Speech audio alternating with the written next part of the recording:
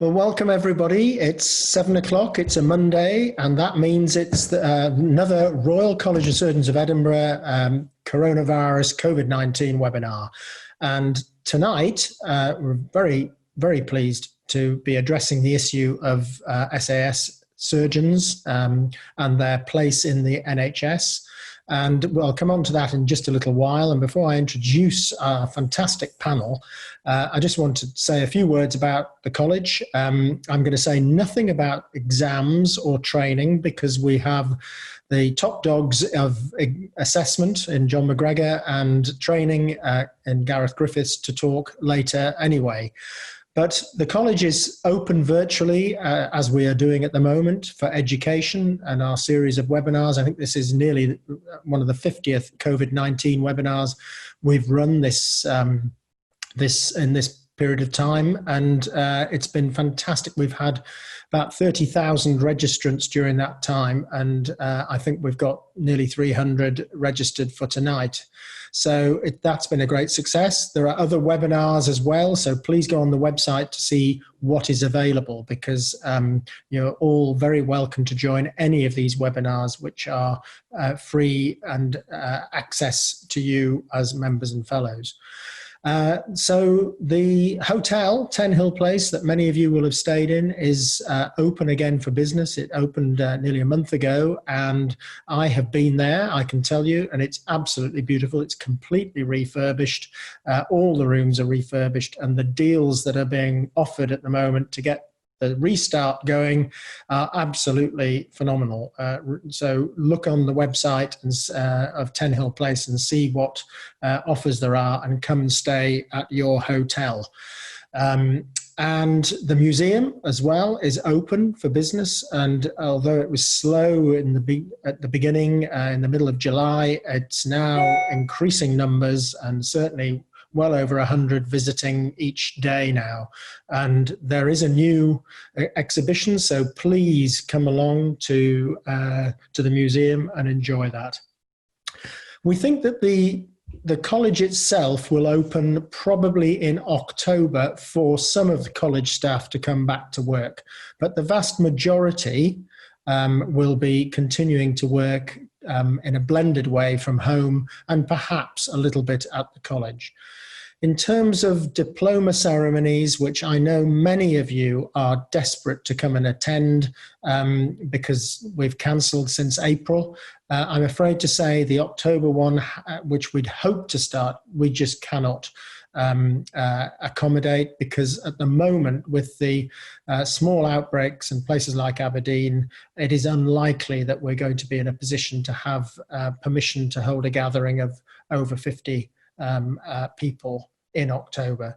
So the earliest will be November, and my own feeling is that that is probably not going to happen. I think it's going to be 2021 before we restart socially distanced diploma ceremonies. Anyway, that's enough from me about the college. This is a hugely important issue of SAS doctors and surgeons, and the surgical workforce, I can tell you, about a third of the whole surgical workforce is SAS doctors. I think about 45% are consultants, and about a quarter are trainees. So SAS doctors are really, really important. And I'm afraid that for many years, I think colleges and institutions have failed to recognise how crucially important they are to the NHS and to waiting lists and to patients.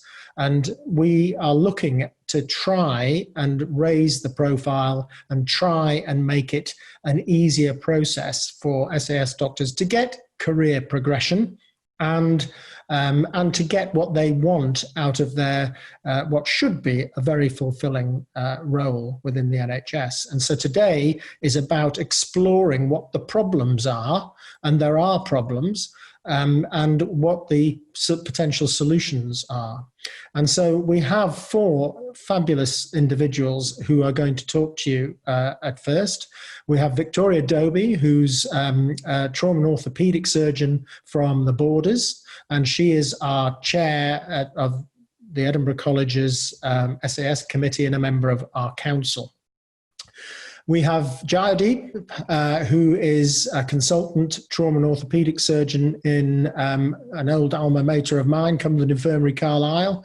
Again, round the borders, on the other side of the border, who was an SAS doctor and who has gone through the CESR route and has now been appointed to a consultant.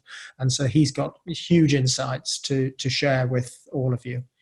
We have Gareth Griffiths, who is a consultant vascular surgeon in Dundee, but more importantly is chair of JCST. And whilst JCST is not responsible for, in inverted commas, training SAS doctors, they are responsible for assessing applications for CESR. And he is here to just share some thoughts about how he can support SAS doctors in that process. And finally, we have John McGregor, who consultant colorectal surgeon from Cross House, who is chair of JCIE. And he has really taken the bull by the horns to look at the eligibility criteria for the exit exam, the FRCS, in an attempt to try to improve the pass rates for not in training candidates, and he'll share a little bit more about that in due course. So 4 great panelists, and we invite lots of questions from all of you. We've got well over 100 of you listening in at the moment, and I'm sure many more will join in the coming minutes. And I want you to ask your questions of the committee and the panelists, and we will do everything we can either to answer them on the chat page, the Q&A page, or we will answer them afterwards or during the course of the webinar once the presentations are finished. So I will pass over to Victoria Dobie, who is going to start the proceedings. So, Victoria. Hello, I'll just share my screen. There we go. Can you see that all right? Absolutely fine. Great. So, hello. And on behalf of the College SAS Committee, I would also like to welcome you to this webinar. Before we focus on CESR and exams, I have a few words to say about SAS surgeons generally. The Royal College of Surgeons of Edinburgh aims to maintain the highest standards of surgical and dental care and patient safety, achieving this through training and assessment and by influencing healthcare across the UK and globally. In response to the COVID-19 pandemic, the College has delivered this series of webinars which has helped support and guide surgeons through the challenges that face us. As the President mentioned, SAS doctors provide a significant proportion of the surgical services, so the standard of care we provide is of great importance to the College. I think the figures that we were given earlier were very agreed with this slide here. At the last count, SAS doctors and those in related grades comprise around 32% of the medically trained surgical workforce of Scotland, England and Wales. The SAS grade at present includes specialty doctors and associate specialists. Related grades include trust grades, clinical fellows, longer-term locum posts, and many more non-standard posts with varying terms and conditions created by trust to fill gaps. The terms used for doctors in these grades is now locally employed doctors, or LEDs. And when we talk of SAS grades this evening, we are including all LEDs. In England, it's estimated that there are more doctors in LED posts than in substantive SAS posts. The reasons why doctors enter the SAS and related grades are varied, as is the range of expertise and experience of those in these grades.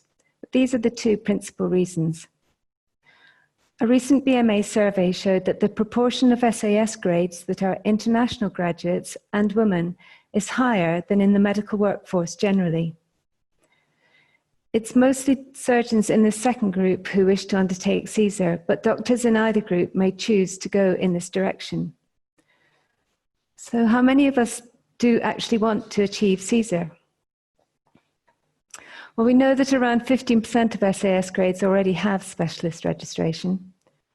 And the same BMA survey found that 20% of SAS doctors are in the process of applying for CESR, and many more are considering this for the future. So conversely, we are well aware that many SAS doctors are not aiming to achieve specialist registration. But this does not mean that we have no wish to progress with our careers. Many of us are content working within our specialty with a stable job and a work-life balance that suits us. Still, we must keep developing to work to our full potential and so that we are not stagnating. To do this, we need education and training. This will maintain our motivation and improve job satisfaction. Better doctors provide a better service. It is a win-win situation, and as clinical leads realise this, they are more likely to support their SAS surgeons to progress clinically. Many SAS grades have roles in leadership and management as well. And as an example, I've listed here the varying posts that I have held at different stages of my 25 years as an SAS grade surgeon, as a leader in teaching and training and in management roles. Working in the same place long term puts SAS surgeons in an ideal position to take on these further senior roles. So the college is listening and focusing on issues that concern SAS surgeons so that the support provided can be improved. SAS grades have access to all college educational and development opportunities on an equal basis to trainees or consultants. The College SAS Committee is active in many areas, and I hope you will look at our web pages on the college website to find out more. We would welcome SAS grade volunteers who would like to contribute to college activities. For those who do wish to undertake higher surgical exams or the CESR process, there are specific challenges which we will be discussing. Our committee has a plan to set up a network of successful CESR applicants in all the surgical specialties to help and support colleagues who are approaching CESR. One such successful applicant is Mr. J S Jayadeep, who has kindly agreed to give us his summary next. Tips and pitfalls, I believe, regarding his experience of CESR. Thank you very much.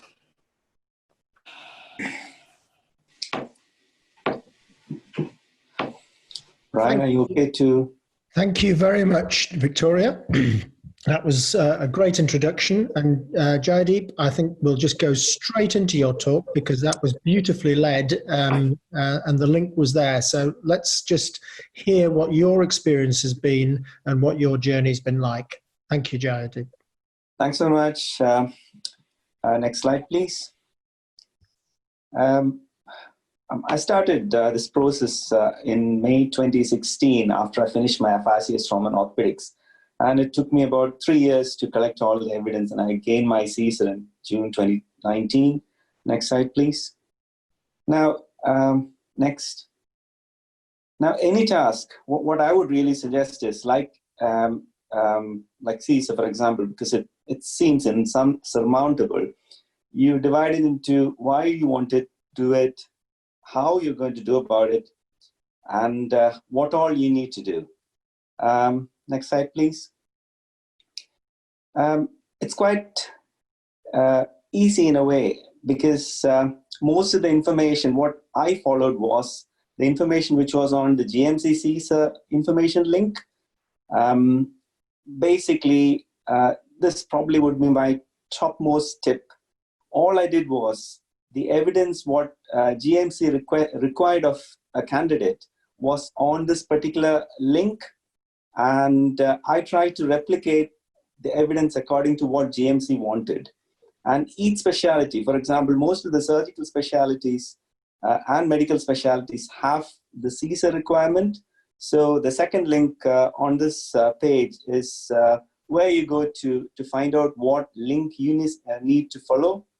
And obviously for surgeons, the JCST website is quite informative. It's just given you all the checklists you need and the specific guidance. So these are the basic links. If you follow, you have all the evidence you need to prepare for you to do your CESR.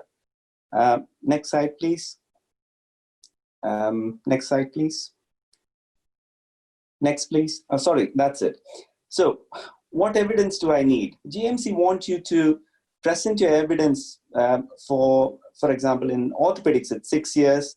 Some plastic surgery, I think it's about 6 years. Some specialty, 4 years. So all your evidence should be in the 4 domains which GMC assesses. And the maximum amount of evidence should be in the first domain, that's 75%.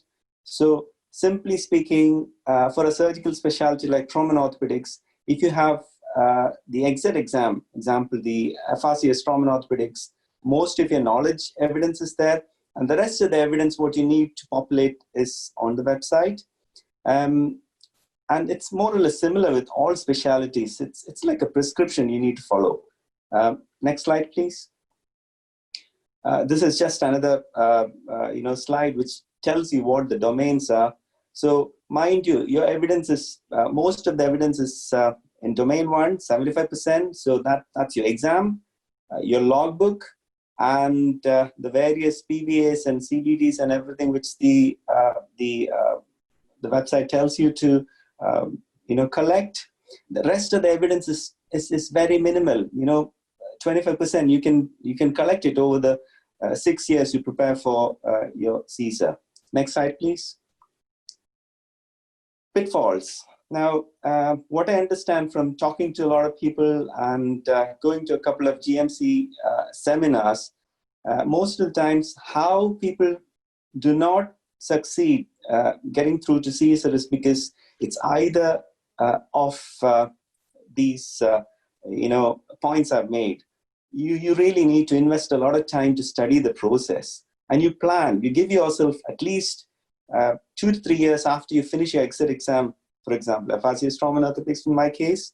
And what you really need to try to do is try to create the journey what the trainee would have taken. Especially, every year the trainees need to do this ARCP. They have a 4-year waypoint. They have a ST6 waypoint. So these are the things which will give you evidence enough to try to recreate your journey and present your evidence. Next slide, please. Oh, that's blank. In short, basically this is what I did. I just followed what the links on the presentation was. I'm happy for the college to share it to anybody who wants it, and happy to take questions whenever you have them. Thank you. Great, thank you very much indeed, Jayadeep. That was you've had a very successful brush with CESR. Can I just ask one brief question? Did you apply when you applied to CESR? Had you just got your FRCS, or did you wait 2 or 3 years before applying? I did my FRCS in 2016, so I took almost 3 years to collect my evidence. I did not apply right away because I was sure that I'm not going to get through unless and I had all the evidence. So I just made sure 3 years I prepared.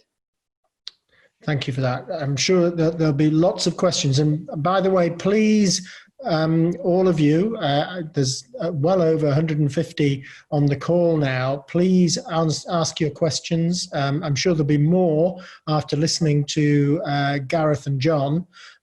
So we'll move on to you, Gareth, and if you could share your screen and give us your presentation. Thank you. Thanks very much, Mike.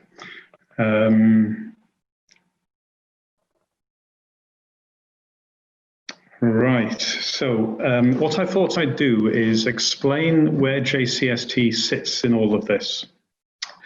JCST is an intercollegiate organisation, it's a joint committee on surgical training. We used to be called the JCHST when we were only involved with higher surgical training, but since 2007 we've been involved with core surgical training as well, and that's when we became JCST. We are directly responsible to the 4 Royal Colleges of Surgery of the UK and Ireland. And we do that both through the Joint Surgical Colleges meeting, which takes place quarterly and brings together all of the Royal Colleges and all of the intercollegiate committees.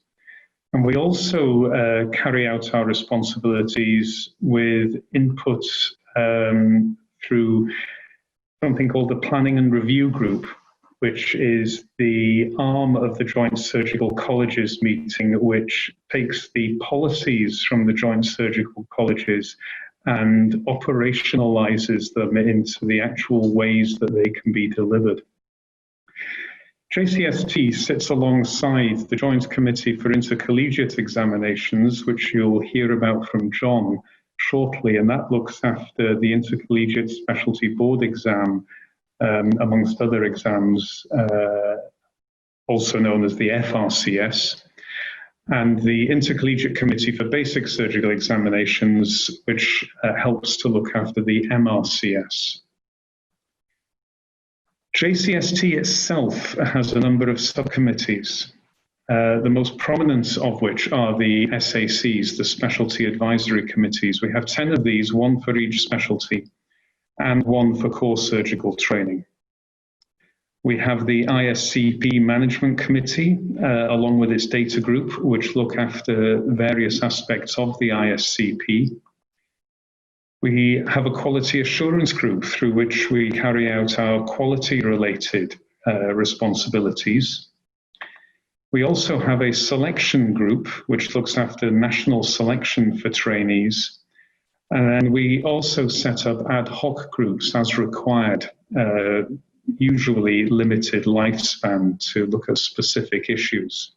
So that's where JCST sits in this hierarchy of training organizations.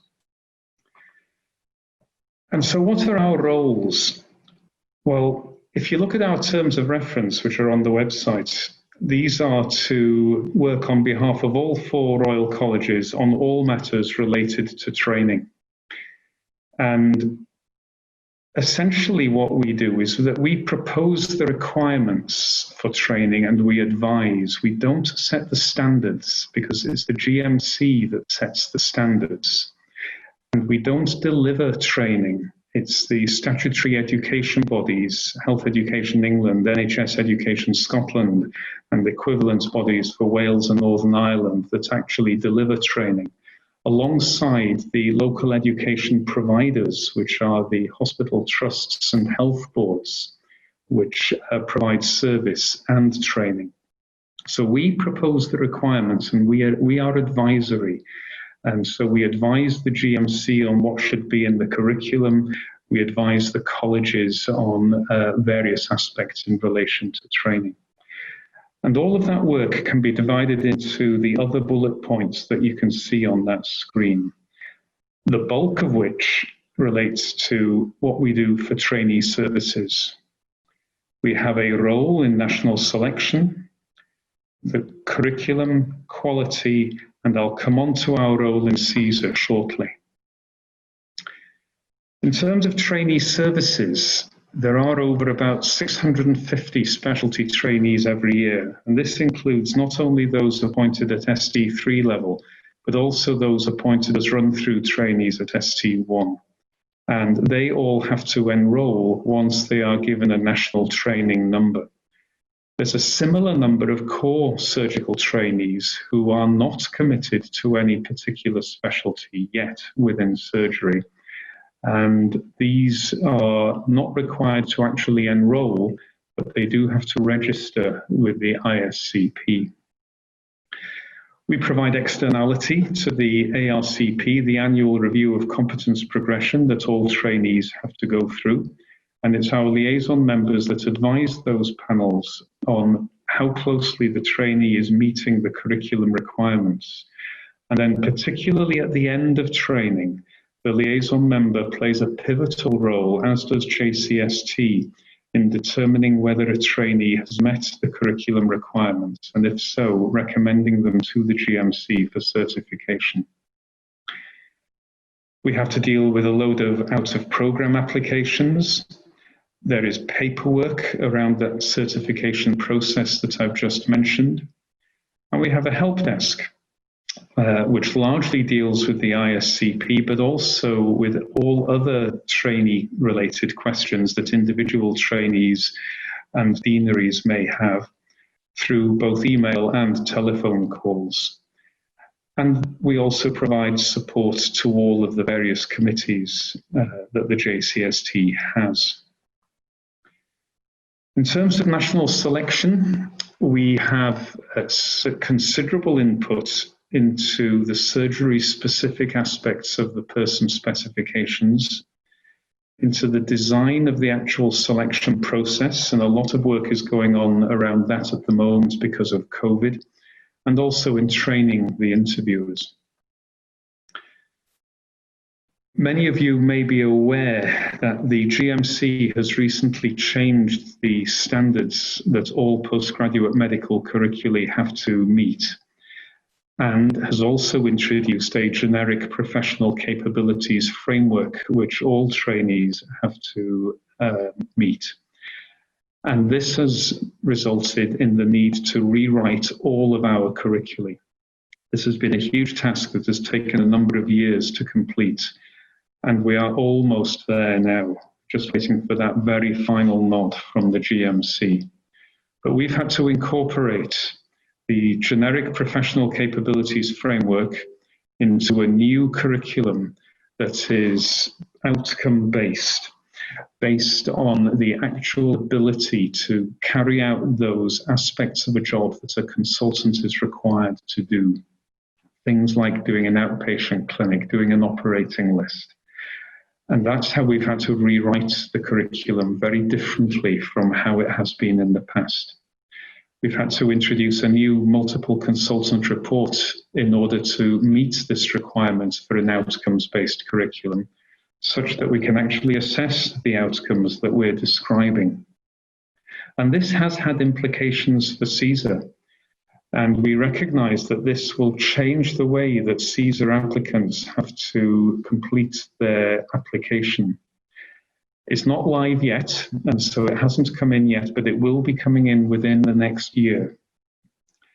And we've been working with the GMC and with CESR applicants and successful CESR applicants in how we should adapt this process for the CESR process. Our role in quality assurance is part of the GMC's framework for assuring the quality of training in the UK. And so we have our quality indicators, which describe how we see training should take place. We have a trainee survey and a trainer survey, which we use to measure how well those quality indicators are met. We have liaison member reports for every specialty from every region, and we collate information into regional specialty-specific reports that we feed back to the local offices and deaneries as part of their quality management processes. And we also feed into the GMC's quality assurance process. All of this is related to formal delivery of training. And so what about CESR? Well, the GMC has a contract with all of the Royal Colleges, and this contract requires the colleges to evaluate and advise on CESR applications. Within surgery, the colleges have devolved that to the JCST, which is logical because our liaison members do the similar or equivalent process for trainees. And they are the people who are most familiar with the curriculum and what its requirements are. Numbers of CESR applications have been increasing, and they're currently at around 200 a year.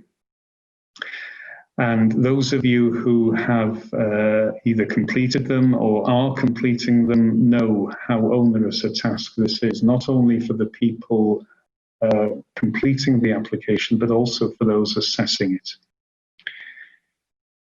Through the JCST office, we are able to offer advice to individual applicants regarding aspects of their application. And the CESR team within the JCST do this on a regular basis. I mentioned the new curriculum, and we've held a couple of what we call development days, specifically related to CESR and how the new curriculum will impact on CESR applications and how the multiple consultant reports will be completed. And we're in the middle of preparing fairly detailed advice and hopefully some videos on how the multiple consultant report can be completed by a CESR applicant to demonstrate equivalence to the curriculum, which is what CESR requires. We have a number of current projects that are ongoing within JCST. A lot of it is related to COVID, but also in response to the GMC, we're having to move what we call training interface groups into post-certification fellowships, which is a new adventure for the JCST to have to undertake, as these were previously pre-certification training. There is the possibility of exploring a new specialty potentially in breast surgery, although that's got a long way to go yet. And also, we've been tasked by the GMC to look at core surgery to make it more generic in its output. And so in summary, JCST provides the environment, the structures, and a commonality of approach to training in surgery. Within that, the specialties can address their own needs, but those principles must apply to all specialties. And so I'll finish there, because I wanted to demonstrate what JCST does and to put the CESR part of JCST into the context of everything else that we do. But I know, Mike, that there has been a question on the ISCP, and I'm very happy to answer that now if you wish, or to leave it until later. I would like you to answer that now. It's appropriate that you do it now at the end of your presentation in the context of what JCST does. So that would be great, Gareth, if you could. Okay, thank you. So the question related to how SAS doctors can use the ISCP, recognizing that many of you are very senior and that you may not have all of the ready access to the more basic aspects of surgical training. If I go back to sharing my screen, get the right one, I can show you on the ISCP homepage here. If you go to the menu there and to key documents and help, you can see here there's a step-by-step guide for SAS doctors on how to use the ISCP. The ISCP is written for trainees, but because of that, it has to use the training program director, the deanery, the educational supervisor aspect. But we've written this guide for SAS doctors to show a way of using the ISCP that avoids the formal requirements to actually be a trainee and have a training program director and so on. There are workarounds within the ISCP that this guide talks you through to show you how to actually use the portfolio itself. The second part of the question related to gaining the basic skills and demonstrating them on the ISCP. All of the tools for demonstrating those basic skills exist on the ISCP. The challenge is actually within the workplace to be able to engage with consultant colleagues and ask them to complete various components of the ISCP, be it a workplace-based assessment, a CEX, a case-based discussion, or whatever it is, to demonstrate something that's something basically fairly straightforward. And the way I would recommend doing that is to engage with consultant colleagues, explaining to them why it is that you need this information as part of a CESR application. The CESR application is a paper or an electronic-based process. We don't have the opportunity to quiz the applicants directly ourselves. We have to rely on everything that the applicant submits to the GMC. And we have to precisely follow the GMC's process in doing it. It's not our process. And the GMC requires certain types of evidence, and we have to see that type of evidence. And that's what needs to be explained to consultant colleagues who may be questioning, why on earth do I need to demonstrate that you have the ability to take a sebaceous cyst out when you've been doing far more significant operations for many years? But it is to demonstrate in this effectively a paper-based process to the GMC that you meet the GMC's requirements. So hopefully, Mike, that answers the question, but I'm very happy to come back if necessary.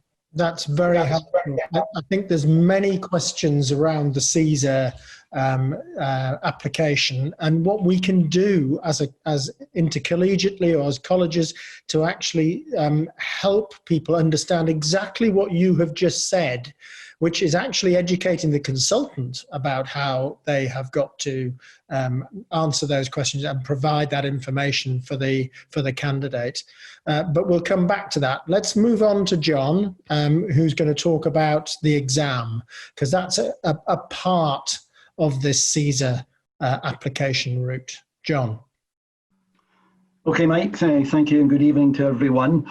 There'll be a little bit of overlap with Gareth, but I think there are a number of questions that have been asked already that I might be able to answer during the presentation, and others I'm sure we can discuss afterwards. I suppose the first question for many people is, what exactly does JCIE do, the Joint Committee for Intercollegiate Examinations? Well, quite simply, its principal role is responsible in line with GMC requirements for the supervision of standards, policies, regulations, and indeed everything, including the delivery of these specialty fellowship examinations. And it's responsible and accountable to the 4 surgical royal colleges of Great Britain and Ireland. Gareth has shown you the operational structure, so I will not repeat that, but just simply to emphasise, there are 3 intercollegiate bodies that work very closely together under the umbrella of the Joint Surgical Colleges meeting, and I think fair to say that JCIE and JCST in particular work almost as one. Just as Gareth has 10 specialist advisory committees, JCIE has 10 intercollegiate specialty boards, one representing each specialty, and chairs of each committee sit on the reciprocal committee of the other body. So we are working in harmony and together. Just really to take you through the timeline, still a relatively recent organisation. The first intercollegiate specialty board examination was in the mid-1980s, plastic surgery in March of that year, and fairly rapidly followed over the next 10 years by the other 8 surgical specialties as they were at the time. There's only been one other since then, which is vascular surgery here in May 2018, after it emerged as a separate specialty. So the first exam was back here in 1986. At that point, it was entirely a clinical and oral-based exam, with the exception of urology. It's never had a clinical component. The 2-part exam, the MCQ, came in November 2006, initially in paper format, and that was at the same time that eligibility to the exam was extended to non-trainees, people not affiliated to training programs. Prior to that, you could only enter the exam if you were in a training program. The exam wasn't initially compulsory. It was mandated, however, for a trainee to be appointed to consultant post from the 1st of January 1997. Effectively meant you had to be in a career registrar job, as they were then, by the 1st of January 1991, or it was compulsory. I fell into the bracket of not having to sit it, but I did sit it, and I'm proud to say I'm the first JCIE chair that has sat the Intercollegiate Specialty Board exam. Again, 2-part in November 2006. The Section 1 became computer-based testing in 2011. That's the format that remains today. And I'm going to say a little bit more in a minute. The Section 1 is going to change very shortly in January of next year. And I'm also going to talk about revised entry criteria, which is part of the meat, really, of this presentation. So just to remind everyone what the structure of the exam is, Section 1 for all 10 specialties is computer-based testing, as was said. It's 2 papers done in the 1 day. Currently, that is, paper 1 is 110 single best answer questions to be done in 2 hours, and paper 2 is 135 extended matching items with a time allowance of 2 hours, 30 minutes. But I think anyone that's looked at exam websites recently will be aware that as of January 21, we are changing to 2 single best answer papers only of identical length, each of 120 questions, done over 2 hours and 15 minutes. Important to note that it's a maximum of 4 attempts with no re-entry to the system. That differs a bit from MRCS and ICVSE regulation. So it's a maximum of 4 with no re-entry. And there's a 2-year time limit for Section 1, not from the day of entering the exam, but it's from the date of the first time that a candidate sits the exam. And suffice to say that you must pass Section 1 before you can apply to enter, or before you can enter Section 2. You need an eligibility to proceed mark from Section 1.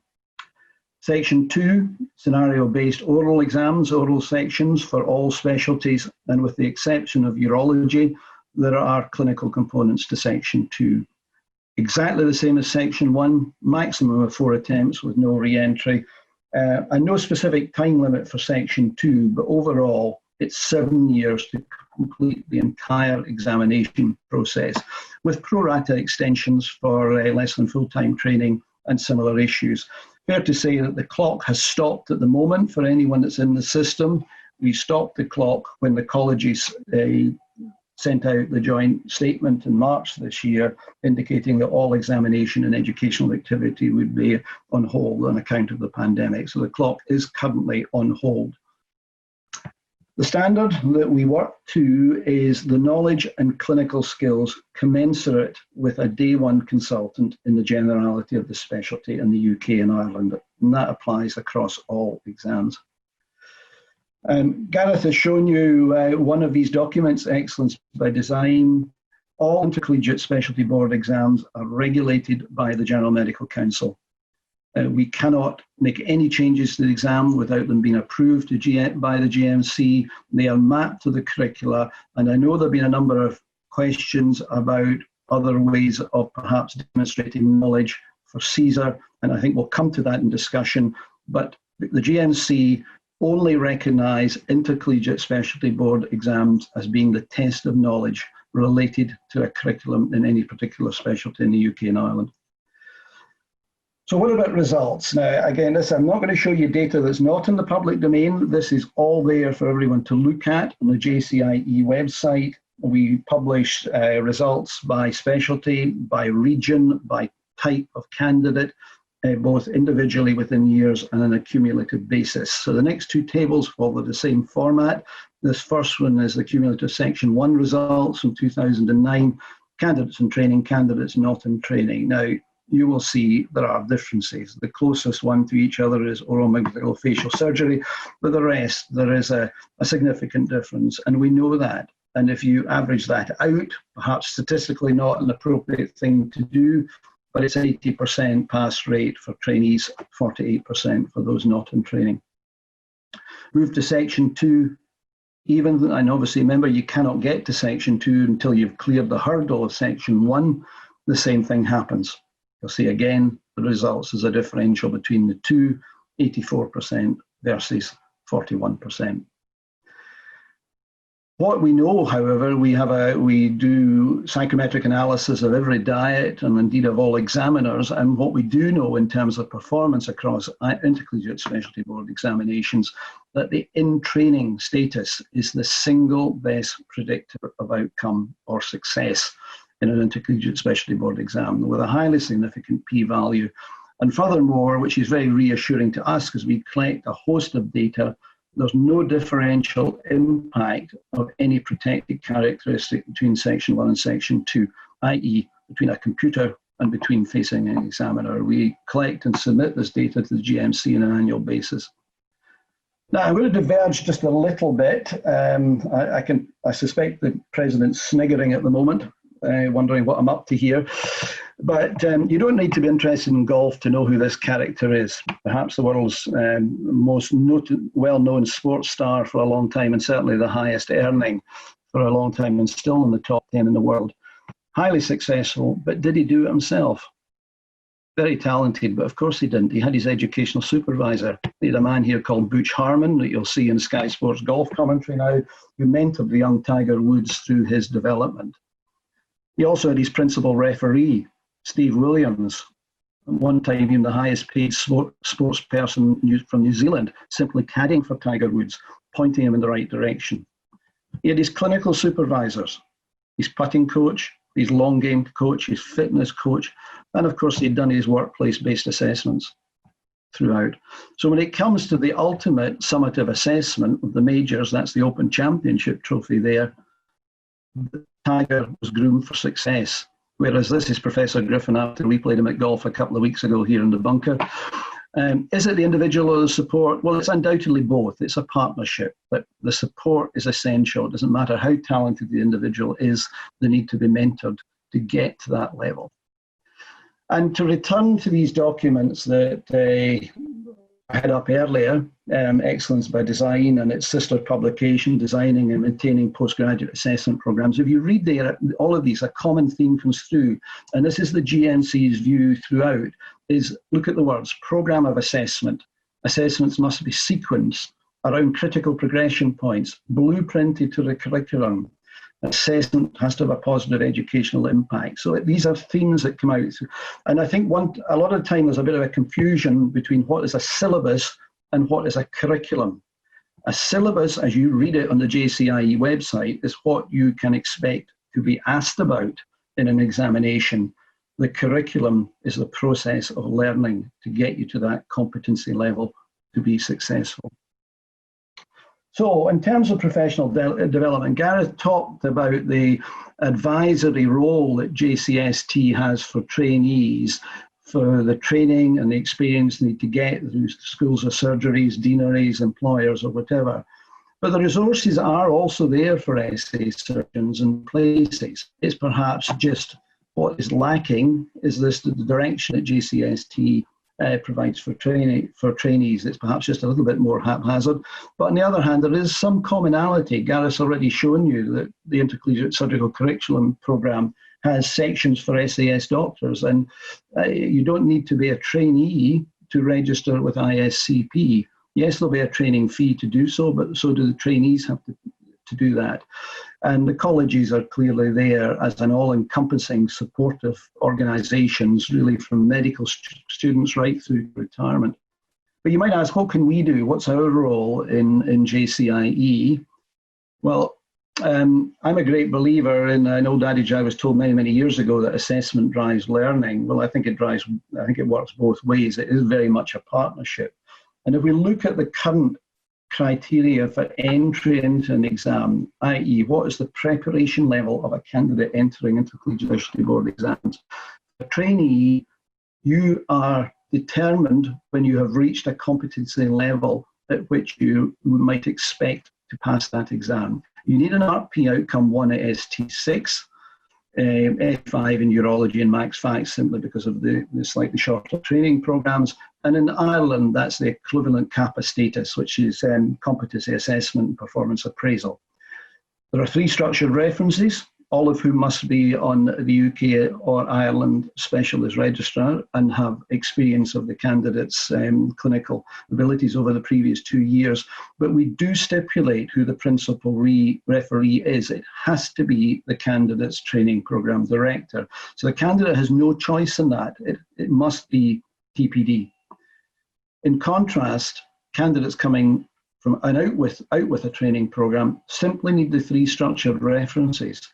And the only stipulation is the same thing about being of good standing and being on the register. Otherwise, it's up to the candidate to choose the referee. So what we have done, however, is to try and bring everyone into line.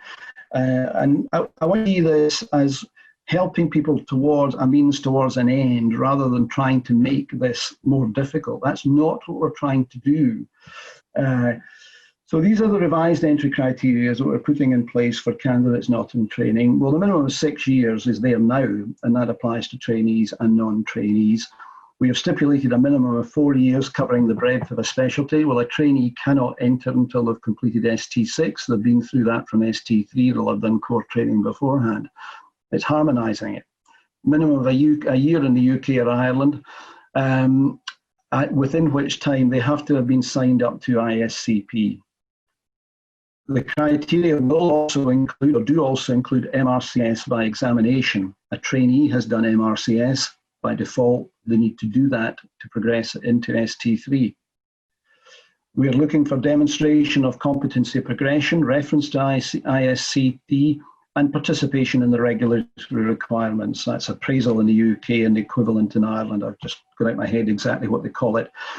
Yes, there'll still be the 3 structured references, but we are moving away from these being of the candidate's choice entirely, and have stated that the principal referee must be the Director of Medical Education in the applicant's employing health board or trust, or at least a nominated deputy, which the DME will then countersign. Now, the reason for this, again, it's the closest parallel to the training program director. A DME has responsibility for educational governance on behalf of your employer. Ireland doesn't have DMEs, but we have the Royal College of Surgeons in Ireland will do that there. Now, these will come into force for all new first-time ISB entrants with effect from the 1st of January 2023. We had initially talked about doing it a little bit earlier than that, but with recognition that people perhaps need time to get through MRCS, but also the delays in everyone's progress that's been put in through no one's fault on account of COVID this year.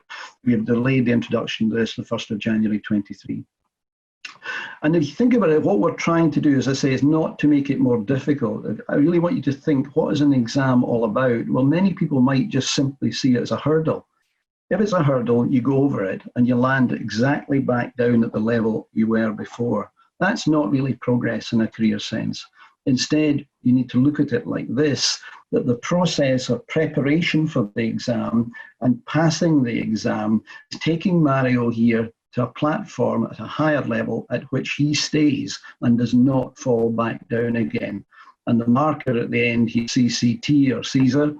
So it's not a hurdle, it's part of the sort of educational professional development together with the exam.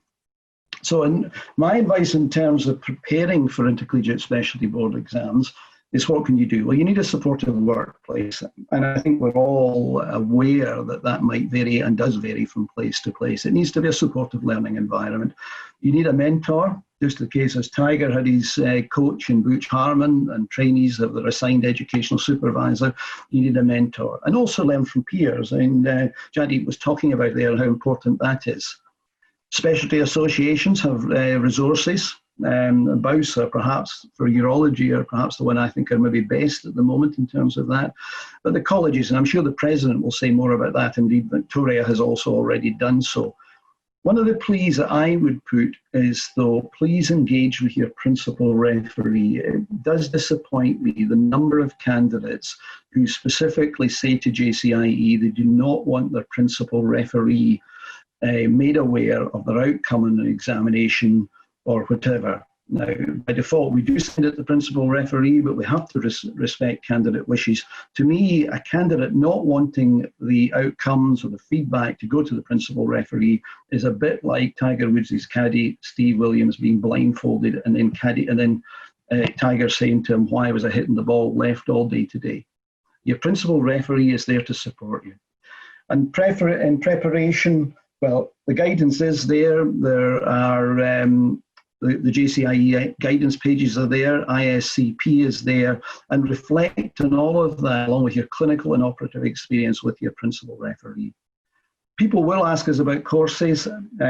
Courses suit some people, they don't suit other people. Fair to say, though, that despite what might be claimed in certain places, JCIE has to remain divorced from the courses, and there are no active JCIE examiners participating in courses. That's a part of the criteria for appointment, that they don't teach on cram courses. That's not to say they can't coach in the workplace, that's perfectly permissible, but crammer courses they cannot do. So please do not try and do this on your own. It is very, very much part of teamwork. And I say, please remember the colleges are there as a resource. You'll not all live very close to a college. They are only situated, of course, in 4 cities in the UK and Ireland, but there is a strong regional advisor network. Make use of that. I'm proud and honoured to be a fellow of the Royal College of Surgeons of Edinburgh. I'm also a fellow of another college in which I've actually been a vice president, and I certainly have always found the colleges supportive, and they are a resource there. Now, I know there are a number of questions, and there were questions, I think, which Gareth and I will be able to answer together, I think, in terms of CESR and the relative roles of other examinations other than ISB. But I'll stop at that. That was a great overview, John. I want to go straight into questions because I want to get some quick fire ones and to make sure we get some answers. And first for you, John, somebody asks, why 2 papers are necessary in section 1? Why 2 papers? Well, the greater the number of assessments and marking episodes you have, the greater the reliability of any assessment. And that's why we concentrate, when you even sit in section 2, you might think you've only got 6 sections in the exam, but you've got multiple marking episodes. If you think of it, cogs in a wheel, if you've only got 4 cogs in your wheel and 1 falls off, you're in trouble. If you've got 200 cogs in the wheel and 1 falls off, you'll hardly notice it. It's all about, and it's also about curriculum coverage. We are blueprinted to the curriculum, so the more questions allow us to not have a disparity of too many questions, say in breast and not in colorectal if it's a general surgical exam or whatever. So key point, the more marking episodes, the more reliable the exam is and the fairer the exam is. That's important. Another one for you, John. Can I ask, how come a day 1 consultant is what you're trying to get to, while a ST6 can apply for the exam? Well, we're not saying it's the full package. You will see that what I said was the knowledge and clinical skills. We did not say it was the overall package. And I'm sure Gareth may want to say something on this too, but it will change with the new curriculum. There's phase 1, 2, and 3 in the new curriculum, and the entry point, we will say at the end of phase 2. We're not assessing technical skills. We're not assessing every aspect of practice. It is very much a knowledge. The one thing that an exam does that other bits of the workplace-based assessment cannot do is the test of applied knowledge. And Gareth, one for you. Why should an SAS doctor sign up for ISCP? Is it just a money-making exercise for you? SAS doctors don't have to sign up to the ISCP. They're perfectly at liberty not to do that. Trainees do have to sign up to it. Because it's the mechanism by which their portfolios are assessed. But as an SAS doctor, it's possible to access all of the parts of the ISCP that are necessary for a CESR application without having an account that requires payment.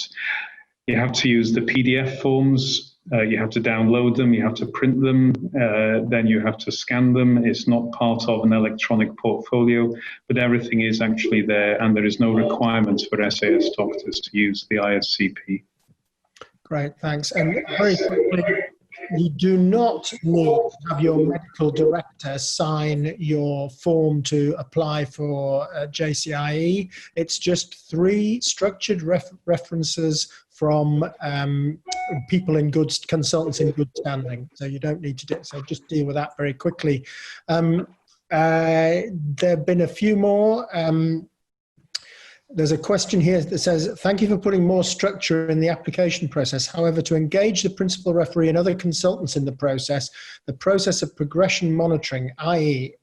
ISCP, needs to be improved for SAS needs. Is that your experience, Victoria? Oh, you're on mute, Victoria, sorry. I missed the second half of the question there, I'm sorry. Well, in order to engage the principal referee and other consultants in the process, to help a candidate applying for the exam, the process of progression monitoring, ISCP, and the whole mentoring system has to be improved for SAS doctors. I think that is absolutely right. I think that there are good places for you to be an SAS doctor, and there are those that, and I see another point that another question comes in saying that workplaces are only interested in service running by SAS doctors. They support only the trainees. How can the colleges change this? So maybe I can turn that round to you, Victoria, and say, what can we do to make SAS doctors feel as if they are being supported? Well, as you say, it does differ in workplaces, but there's no doubt that there's a recognition that we need SAS doctors to improve and progress in their careers in order to provide more service, because we are short of appropriately trained doctors in the service generally. And as that becomes more widely recognised, then there will be increasing motivation to produce the training and education that SAS doctors need. What the college can do is, by recognising and listening to the concerns of the SAS doctors and understanding it, then it becomes more natural to give the support that's needed, so that on forms everywhere we are recognised as being as important as the other deliverers of care, and that the college can lead in the improving the attitudes and recognition, which we're going somewhere towards it, but there's further to go. Thanks, Victoria.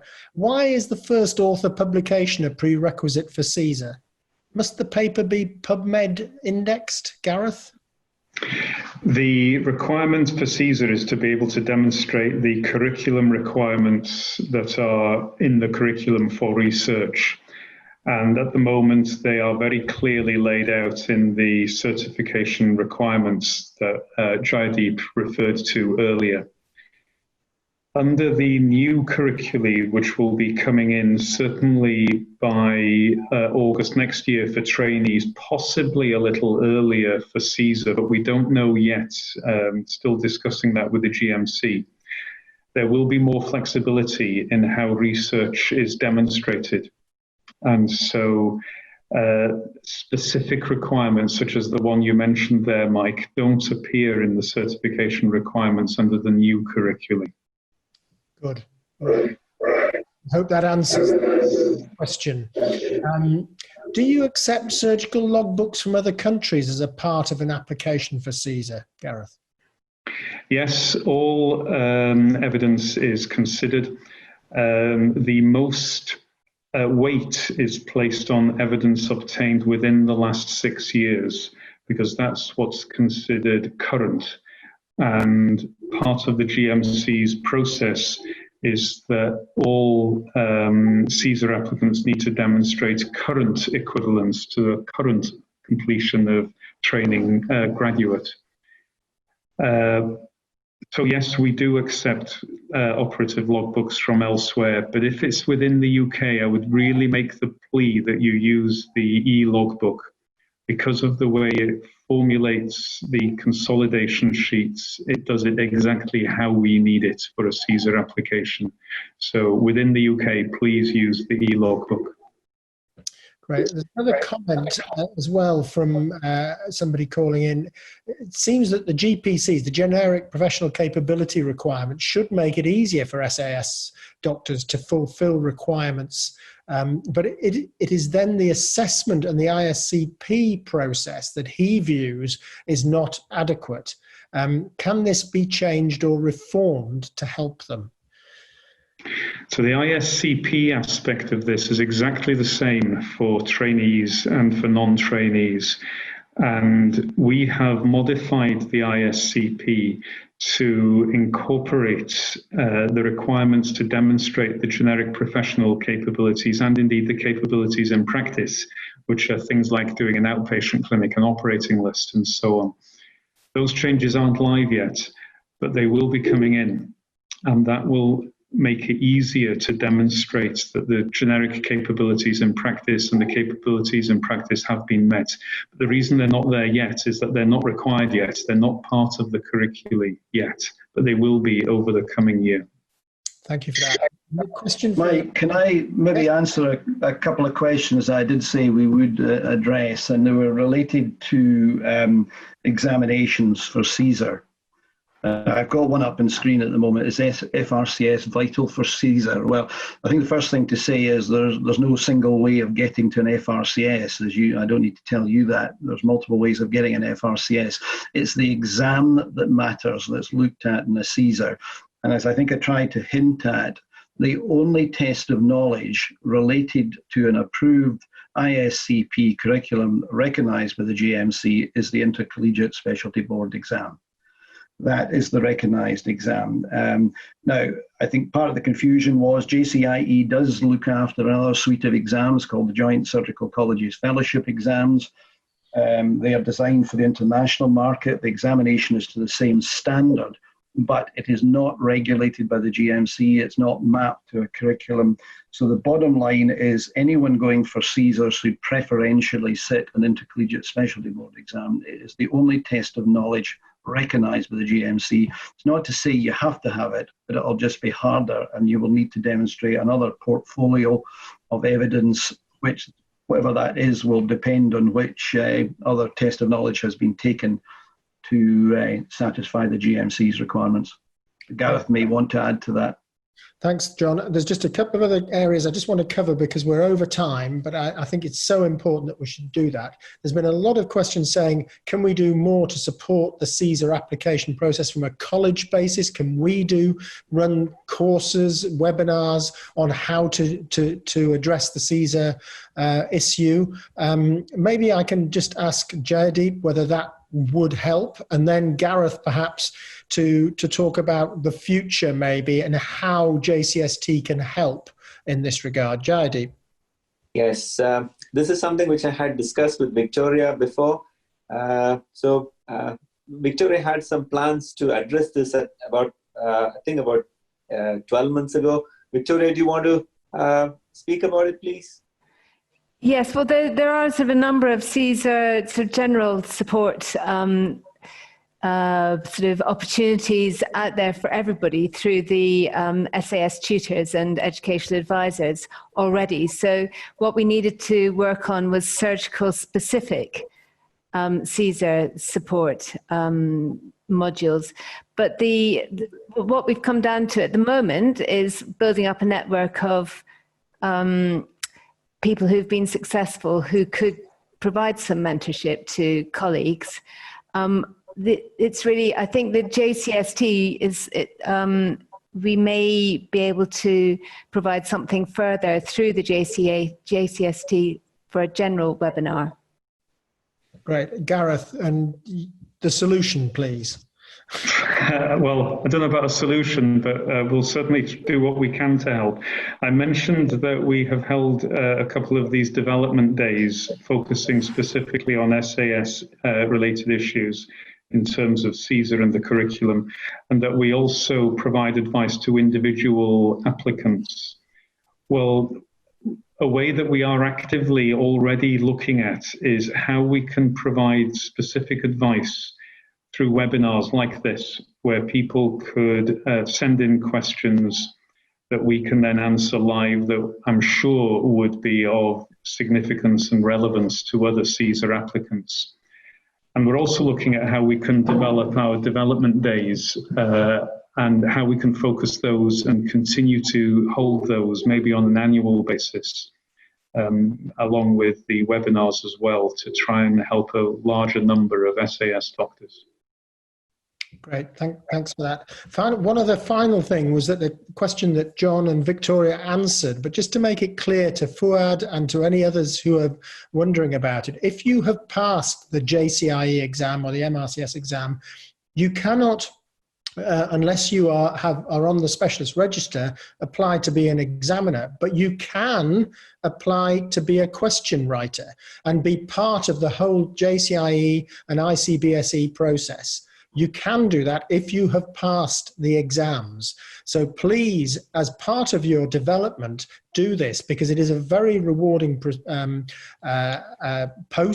and it gives you more insight to help other people. So please do, if you have got the exams, apply to be question writers for the exams. And one just final thing that it came to me, most of the SAS job plan is to do a rota gap. That is a comment from one of our things. To get a training in a particular area like endoscopy is extremely difficult because the trainees are competing for this as well. Is there a formal way for the Trust to support SAS doctors if they want to actually develop their careers? Jayadeep, you've done it, you've got there. I know that endoscopy is not part of your, well, apart from arthroscopy perhaps. Did you have any difficulties in that regard? My department where I worked in North Wales was very supportive. It was a unit where they wholeheartedly encouraged, whoever wanted to progress in their careers to develop. I suppose in places where the department and the unit is quite supportive is a place where you should try to get a job and work. That's probably what I would suggest. Victoria, do you want to just finish? Yes, I was just going to say that in SAS Tutors in England and SAS Educational Advisor Network in Scotland, and there's a similar network in Wales, every area, every hospital has an SAS representative who can help with career development. And where the developmental need of the SAS matches the need of the service, then it becomes much easier to work on providing that education and training for the SAS grade. That's not always the case. Sometimes people want to do something which isn't needed, and that's harder. But I would encourage people to use their SAS tutors and educational advisors. Thanks. And I can tell you that I lobbied the health secretary a year or so ago about SAS doctors, and he was, certainly expressing the view that he wanted to develop this role and he wanted to support the role. So I think that we do have to concentrate on trusts to make sure that they support their SAS surgeons. And we as a college will certainly push that, and I'm sure that intercollegiately that is the same view. So I hope that all of you, and there's still 150 of you on the call, we've gone well over time because we had so many questions. I want to thank all of the panel who have been answering those questions and for their superb presentations. I hope that you out there have felt that you've got some of your questions answered. We will continue to answer those, and that should be online for you by tomorrow sometime. But we are here to support you. If there are continued worries or anxieties, you have Victoria as a fantastic advocate, and you've seen and witnessed what Jayadeep has gone through to reach his goal. I know many of you just want a different sort of life, but still want support with education. Well, that's what we want to deliver. So thank you for listening. Thank all the panelists for fantastic presentations and for your time in answering the questions. Have a lovely evening, and I hope you're not all too hungry like I am. Bye-bye. Bye.